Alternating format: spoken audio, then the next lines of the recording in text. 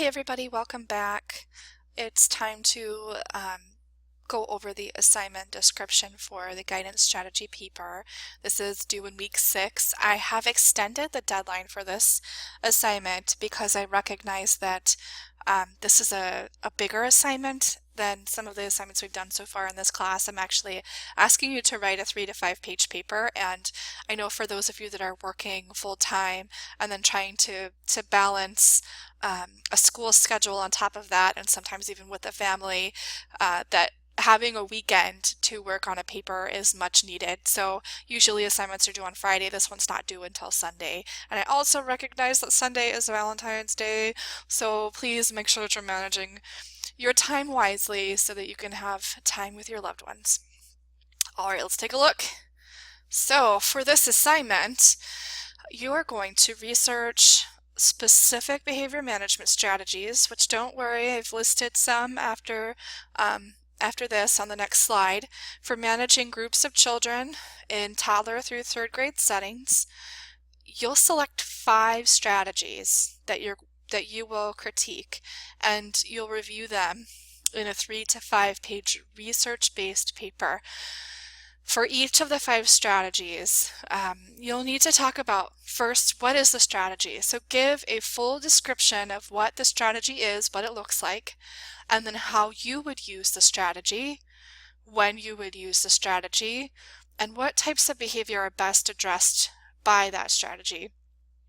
Also, I want you to discuss the common mistakes or misunderstandings that are associated with that strategy. For example, in the beginning of the quarter, we looked at timeout, and you looked at timeout again last week, I think last week, or the week before, just briefly.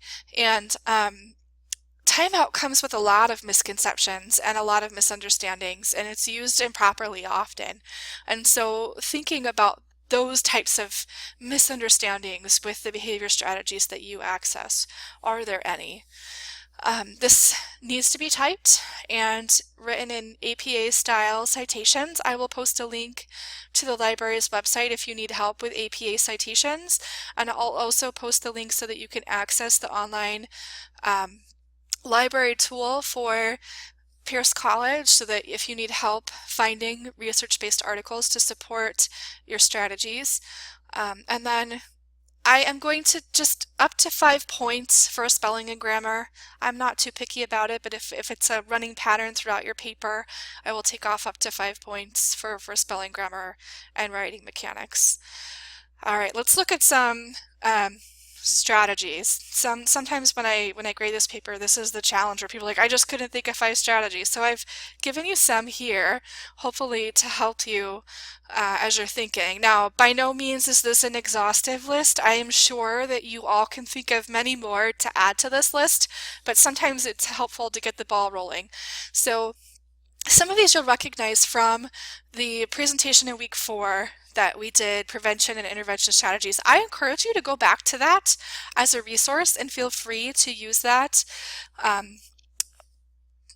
to help you write this paper. So setting limits, natural and logical consequences, timeout, proximity, limiting the use of equipment or toys, creating modified behavior plans, behavior charts, which are commonly used in the elementary grades, giving choices, providing children the opportunity to make amends, conflict resolution strategies like the ones we talked about on the last in the presentation before, where we did the 5-finger method and I told you about the flip it method, and then empathy curriculums like Second Step, talking about touching. I know there's one called Tucker Turtle out there. I know there's also Kelso. So feel free, if you want to research those different types of empathy curriculums, this might be a good opportunity to talk about those as well. So again, by no means is this an exhaustive list. I'm sure that you all can come up with many, many more guidance strategies that you could write about. I want you to start thinking about those strategies that you find the most meaningful, or even ones that don't sit well with you and you want to explore further. So think of it in both ways.